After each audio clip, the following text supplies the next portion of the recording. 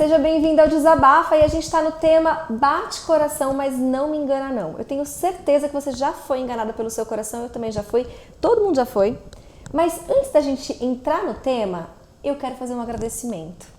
Nós somos presenteadas aqui pelos looks da Irene Moreira de Paulinha. E, gente, assim, surreal, né? Vamos combinar aqui. Maravilhoso!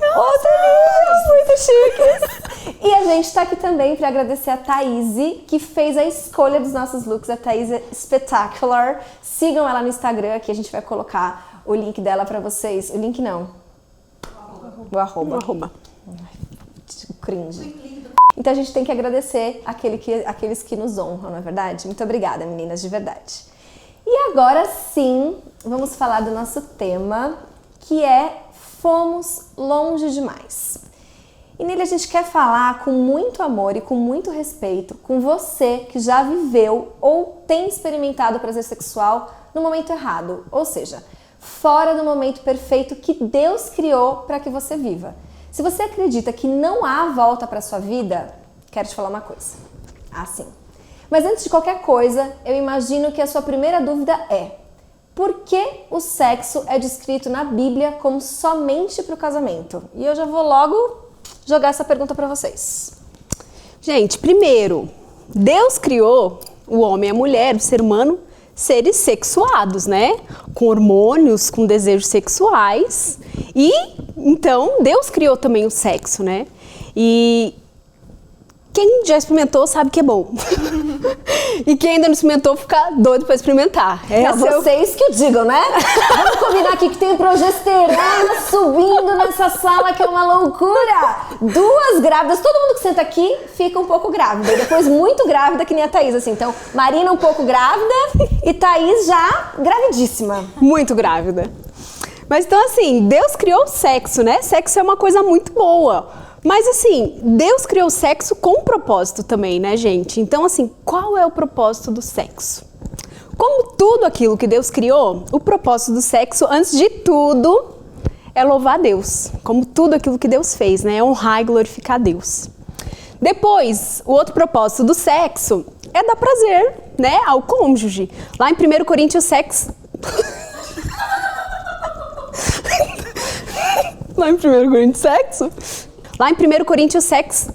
Voltamos. É que essa foi muito boa, a gente precisa colocar. Lá em 1... É que é 7. Ai, Deus da glória. Calma, gente, não é 1 Coríntios, sexo, não. Lá em 1 Coríntios 7, né, diz que a mulher deve dar prazer ao seu marido e o marido deve dar prazer à sua mulher. Ou seja, não é um ato egoísta, né? Não é algo sozinho, ao contrário, é algo altruísta, né? E também o sexo é para procriação, né? Então é pra gente ter filhos e multiplicar esse mundo. Mas assim, Deus criou o sexo com um propósito, mas ele deve ser dentro do casamento. Por quê? Porque é dentro do casamento em que um homem e uma mulher se unem diante de Deus, diante da sua família, diante da igreja, para realmente demonstrar esse amor. Então é dentro do casamento que nós temos a segurança do sexo, né? É um ambiente protegido, né, Má? Deus pensou nisso quando ele trouxe o sexo para o ambiente do casamento, né? Isso é um cuidado dele com a gente às vezes não entende, mas sim, é um cuidado dele com o nosso corpo, com a nossa saúde. Então o sexo deliberado fora do casamento traz doenças sexualmente transmissíveis, muitas pessoas sofrem com isso. Deus também tem um momento certo para cada coisa. Então ele coloca, né, a criação de filhos ali dentro do ambiente da família, e uma gravidez indesejada pode ir contra, né, os planos dele em relação a isso. Pode ser ruim também com o nosso coração, né? Quando a gente se entrega sexualmente, a gente tem uma conexão ali com a pessoa. Pode ser que aquela pessoa esteja brincando mesmo, só usufruindo daquele momento, e você tem ali uma expectativa, e isso pode te deixar com o coração quebrantado, né? Com o coração quebrado por causa disso. E também com a nossa mente, né? Então, assim, são vários quesitos aí de cuidado de Deus em relação a isso. Uhum. Tem até um estudo que está no livro A Batalha de Todo Homem, que diz que uma memória sexual, ela pode durar 20 anos. Né? Então é muita coisa. Imagina você ter algum relacionamento sexual com alguém, aquela memória vai perdurar por 20 anos na sua vida. Muito tempo. É muita coisa, né? Para levar adiante. Sim. Ok, a gente já entendeu que Deus não se agrada, né? Mas por que mesmo a gente sabendo disso, e é uma informação bastante difundida, assim, né? Se fala sobre isso, mas mesmo a gente tendo ciência, por que é tão difícil a gente conseguir se manter sem o sexo antes do casamento? Sim, é muito difícil, Tia, eu que o diga. Porque o meu namoro durou 7 anos, gente, pasmem, é muito tempo, né? E pra gente foi muito difícil, sim, se manter puro até o casamento, né? Manter esse momento somente pra depois do sim, né, do casamento. E eu lembro que eu percebi muito isso na nossa cultura, assim, não na época de escola, mas na época de faculdade, em que minhas amigas questionavam, nossa, como assim? Como que é o seu namoro? Mas namoro sem sexo, pra elas era uma coisa totalmente inadmissível. Porque é como se virasse amizade, né? Tipo, namoro sem sexo é amizade. Pra elas era bem isso mesmo, assim. Elas sempre questionavam, perguntavam como que funcionava aquilo e tudo mais. E eu percebo que é uma cultura muito grande, né? Eu acredito que no mundo todo, mas no Brasil isso é muito grande. A gente percebe apelações sexuais o tempo todo. Você vai ver um filme, você vai ver uma série. É muito raro não ter uma cena ali, né? Que vai te deixar a flor da pele com tanta cena sexual e tudo mais. E isso mostra mesmo essa visão errada do sexo que Deus criou, né? O pecado veio para distorcer realmente o que o sexo significa pra gente, né? E tem um versículo, né, que fala sobre isso, que traz a vontade de Deus em relação a esse assunto aqui pra gente, que tá lá em 1 Tessalonicenses 4, de 3 a 7, que diz assim: a vontade de Deus é que vocês vivam em santidade. Por isso, mantenham-se afastados de todo pecado sexual. Cada um deve aprender a controlar o próprio corpo e assim viver em santidade e honra, não em paixões sensuais, como os gentios que não conhecem a Deus. Nesse assunto, não prejudiquem nem enganem um irmão, pois o Senhor punirá todas essas práticas, como já advertimos solenemente, pois Deus nos chamou para uma vida santa e não impura. Cara, é interessante porque quando a gente entende esse versículo, né, a gente vê que ser santo tá muito além de ir para a igreja, tá muito além de ser religioso, né? O ser santo engloba todas as áreas da nossa vida, inclusive a área sexual, né? E é muito comum as pessoas deixarem essa partezinha de lado, né? E assim, eu trabalhei durante muitos anos com adolescente e eu percebi que existe uma cultura também no nosso mundo em que ser santo significa ser virgem, né? E eu lembro que as minhas amigas também falavam assim, nossa, mas você vai casar virgem se você não gostar? E se for ruim? Eu falei, gente, não tem um padrão. Eu só vou ter experimentado aquela vez, pra mim vai ser bom, é aquilo, né? E várias pessoas que eu atendi que falavam assim, não, Marina, eu sou virgem, eu sou santa, eu sou virgem. Mas a pessoa já tinha se envolvido com centenas de coisas. Ela tinha um ímã intacto. A mulher estava lá. Se fosse um ginecologista, ele ia falar, você é virgem. Mas assim, pessoas com problema seríssimo de masturbação, de pornografia. E o que é isso? Isso é pecar contra Deus, né? Isso é falta do domínio próprio, né? De dizer assim, eu não consigo me segurar, né? Traição, os amassos, né? A gente esquece essa parte no namoro. A gente acha que, cara, eu sou virgem, nunca fiz sexo. Cara, mas tá nos maiores amassos com o namorado, né? É como se o sexo fosse o ato sexual. Isso. Quando, na verdade, o sexo começa muito antes. Exatamente. Não, e o que é o ato sexual, né? Porque o ato sexual, ele vai além, gente, de uma penetração. Né? Sexo oral é ato sexual, masturbação é ato sexual. Né? Então, assim, é algo que engloba muita coisa. Então, a gente tem que prestar atenção nisso, porque isso é pecar contra Deus, isso é pecar contra o próximo. E é isso que esse versículo fala. Ele chama a gente e fala, prestem atenção.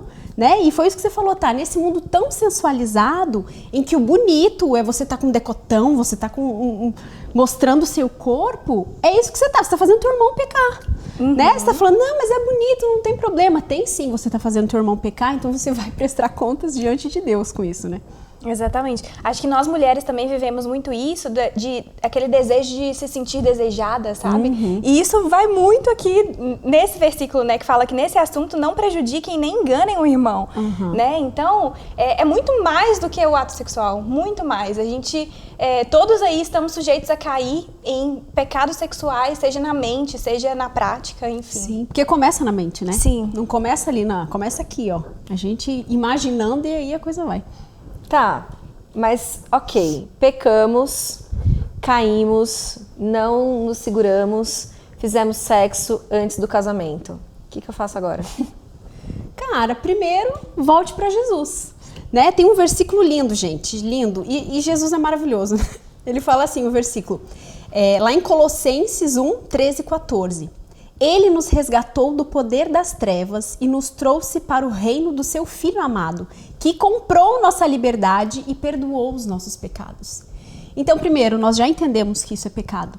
Então, a gente tem que se voltar para Jesus e falar, opa, peraí que aqui eu tenho uma saída.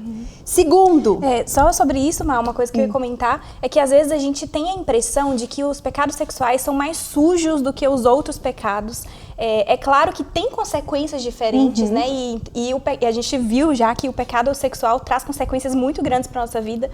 Mas as pessoas que caíram também nesse pecado tendem a se esconder de Deus pensando assim, cara, eu não sou mereço muito esse impuro. perdão. Então, acho que isso é uma realidade muito grande, né? A gente tem que entender que o amor de Deus nos alcança aonde quer que a gente esteja, mesmo que esteja enfurnado ali no meio a muito pecado, né? Sim, o sacrifício de Jesus foi suficiente, né? É suficiente para limpar o nosso pecado. E o segundo, bom, voltar para Jesus e depois reconhecer. Opa, peraí, pequei. Né? Se você não sabia que você estava pecando, agora você sabe. Aqueles amassos é pecado.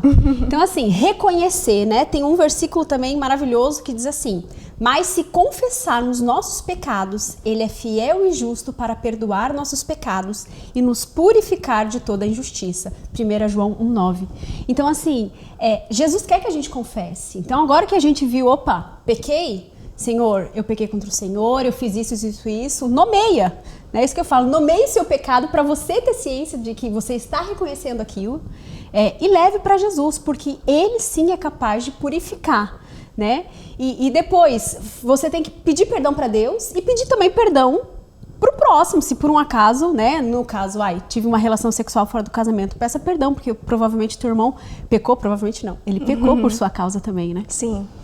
Desse assunto também, eu acho que é muito importante a gente ter com quem caminhar. Então, lá em Tito fala, né, que as mulheres mais velhas, elas devem instruir as mulheres mais jovens. Então, procurar alguém que seja uma referência aí para você, uma pessoa que esteja há mais tempo caminhando com Cristo, para que ela te auxilie, te acompanhe, né? Isso é muito importante. E fazer o que é certo, custe o que custar. Eu sempre falo com adolescentes que têm problemas com pornografia, que se o seu celular te faz pecar, não usa o celular. Desliga o celular, deixa o celular dentro do seu armário até você sentir que você pode ir voltando aos poucos a usar o celular. Então, custe o que custar, para que você não tenha problema nessa área. Muitas vezes também pode ser necessário, por exemplo, o término de um relacionamento. Às vezes você namora com uma pessoa que não vai entender essa sua decisão de não ter mais um relacionamento sexual fora do casamento, e você vai precisar abrir mão de uma pessoa que você ama, talvez, de uma pessoa que você se identifica e tudo mais. Então, custe o que custar. Faça o que é certo. Isso mesmo. É isso mesmo. E qual que é a mentira? A mentira é que não tem mais jeito, não tem mais volta, né? Não tenho mais, e agora, já fiz, não tem mais jeito pra mim. Isso é a maior mentira, porque a verdade é, Jesus é capaz de purificar esse pecado. Então, isso a gente consegue continuar daqui pra frente, a vida não acabou, né? Tem até uma história linda de um casal que eles namoravam, já tinham quase uma vida sexual ativa, eles moravam juntos e eles se converteram. E a partir daí, eles entenderam que a vida que eles estavam levando não agradava a Deus, que eles realmente estavam vivendo uma vida de casado fora do casamento. E, gente, eles temiam tanto a Deus e o amor de Deus foi tão grande que eles resolveram cada um ir para sua casa, morar cada um separado e começar do zero. E assim, a história deles é linda, porque Deus honrou a vida deles, né? E Deus permitiu que eles se casassem, constituíssem uma família. Hoje eles são líderes na igreja, têm filhos. Então, assim, é possível, né? Por mais que seja difícil, você fala, nossa, mas e aí? Vou ter que morar em outro lugar? Como assim? Já tem uma vida sexual, é difícil parar, com certeza. Mas não é impossível, né? Tudo é a questão de temor a Deus acima de temor a homens, né? Colocar Deus em primeiro lugar na nossa vida. Perfeito. E resumindo tudo isso? Resumindo, volte para Jesus, reconheça o seu pecado e peça perdão, caminhe com alguém E faça o que é certo, custe o que custar. É isso mesmo. Faça o que é certo, custe o que custar. E eu tenho certeza que há um recomeço para você. Não esquece que o Desabafa é feito para você, mas é também feito por você. Não deixa de mandar a sua opinião, os seus temas. Quem sabe aqui a gente coloca um tema que você escolheu, não é verdade? Não deixa de seguir a gente nas nossas redes sociais. E se você estiver passando por um problema parecido, conversa com a gente no direct do Instagram ou pelas mensagens do YouTube, enfim. A gente está à sua disposição, tenho certeza que a gente pode trocar muita ideia em relação a isso. Então até a próxima, tchau!